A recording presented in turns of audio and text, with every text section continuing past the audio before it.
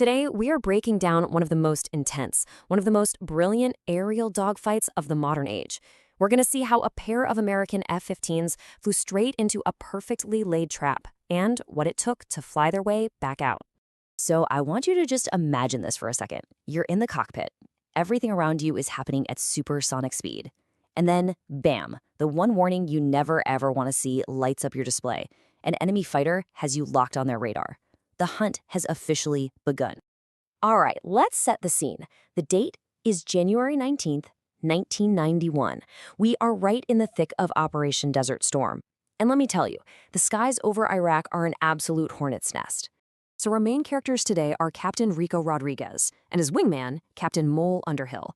They're flying F-15 Sea Eagles, basically the apex predator of the skies at the time. And their job? Oh, just to clear the way for a massive strike package. We're talking 36 aircraft, all hitting targets near Baghdad. But the Iraqi Air Force has decided to send up their absolute best, the super formidable MiG-29 Fulcrum. Now, this whole thing doesn't just kick off with a head-on charge. No. Instead, it begins with this really calculated tactical dance, a deadly game of cat and mouse at 30,000 feet. So both sides have each other in their sights. You've got two of the most advanced fighters of their day, literally screaming towards each other faster than the speed of sound. Rico selects an AIM-7 Sparrow missile. He's ready to go. But the Iraqis, they've got a plan. Just as Rico is trying to get a lock, something really weird starts to happen. The MiGs just poof. They vanish from his radar. So how are they doing that? I mean, how do you make a 20-ton fighter jet completely invisible?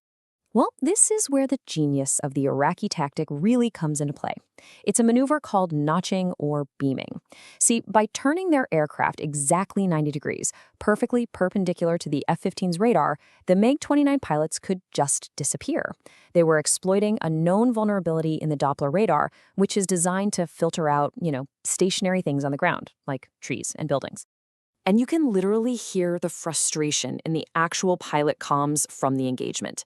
The MiGs would pop up on radar, Rico would try to lock on, and then right before he could fire, they'd notch and vanish again, all while keeping this perfect 12 miles separation. They weren't running away, they were leading him somewhere. And this right here is where the true brilliance of the Iraqi plan is finally revealed. This whole cat and mouse game, that wasn't the fight, not at all. It was the bait for a much more elaborate trap.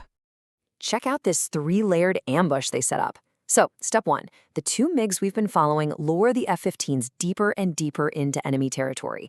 Step 2, they start pulling the Americans towards a dense field of surface-to-air missiles, a really obvious threat designed to be a distraction. But Step 3 was the real killer, a third MiG flying totally silent with its radar off, charging in from their blind spot, ready for the kill shot. Meanwhile, up on an AWACS surveillance plane, a controller named Mark White sees this third MiG just pop up out of nowhere. He realizes the F-15s can't see it, and the distance is just closing so fast, 18 miles, 16. The ambushing MiG is already well within missile range. Now here's the crazy part. White isn't even responsible for their sector anymore, but he knows he has to break protocol. At 14 miles, he makes the call to intervene.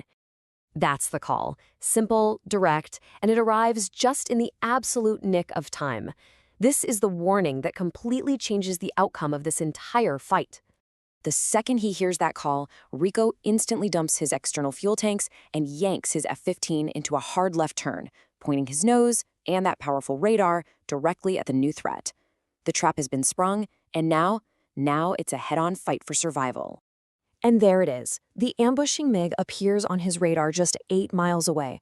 But, and this is a huge but, there is a problem. The rules of engagement state that any target inside 10 miles has to be visually identified before you can fire. Now, this is to prevent friendly fire, which makes sense. But when you're closing at supersonic speeds, it is an unbelievably dangerous rule to have to follow. So before Rico can even get close enough for that visual ID, his entire cockpit just screams with a lock alert. The Iraqi pilot has turned on his radar and has locked onto Rico's F-15. A missile is literally seconds away from launch. Rico's response is pure, unadulterated pilot instinct.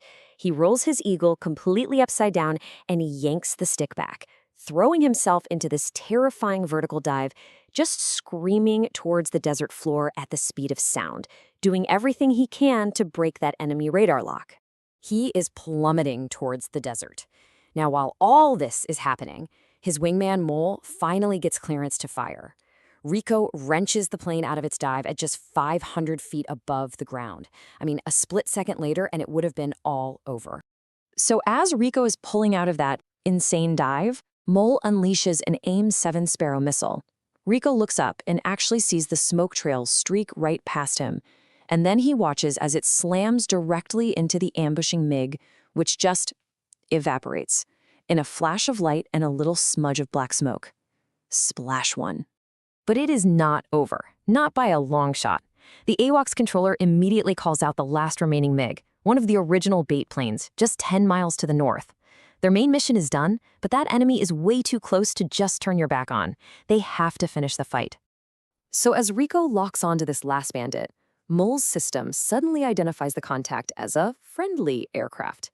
And for a second, there's just this cold dread. Could they be about to shoot down one of their own guys?